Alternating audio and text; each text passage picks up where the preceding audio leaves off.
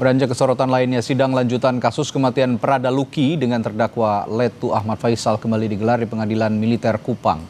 Saksi yang dihadirkan mengungkapkan Prada Luki sempat berkali-kali minta ampun saat dianiaya seniornya.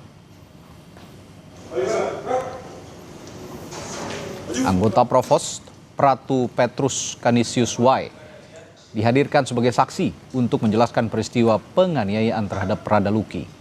Pratu Petrus menyebut salah satu terdakwa Pratu Abner Yetersen memukul Prada Luki dengan selang. Saksi juga melihat terdakwa Letu Ahmad Faisal tidak menghentikan tindak kekerasan itu pada Prada Luki. Pratu Petrus juga mengungkap Prada Luki sempat berkali-kali minta ampun, namun seniornya tidak menghentikan tindak kekerasan itu.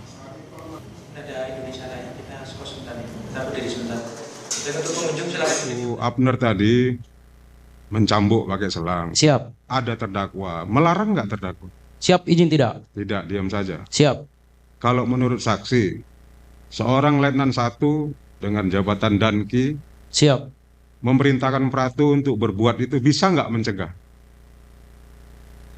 Siap, izin kalau diperintahkan bisa. Bisa kan? Siap.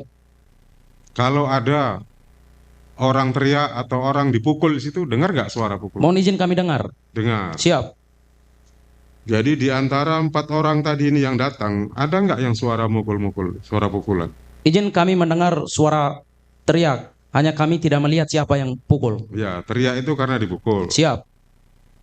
Apa teriakannya? Izin bilang ampun. Ampun. Siap.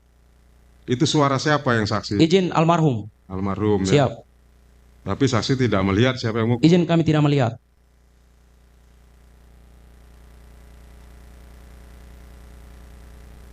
Seberapa sering itu suara pukulannya? Siap, izin yang kami dengar hanya sebentar saja suaranya bilang ampun. Gimana? Izin yang kami dengar dia teriak ampunnya hanya beberapa kali saja. Tuh ya. Siap. Enggak, pukulannya ini tadi loh. Banyakkah atau hanya 2-3 kali yang saksi dengar suara? Mohon izin yang kami dengar banyak. Banyak ya? Siap. Terdakwa kasus kematian Prada Luki Letu Ahmad Faisal menyangkal keterangan saksi dalam sidang pembuktian di Pengadilan Militer Kupang hari ini. Terdakwa menyebut ada 3 ketidaksesuaian pada keterangan saksi.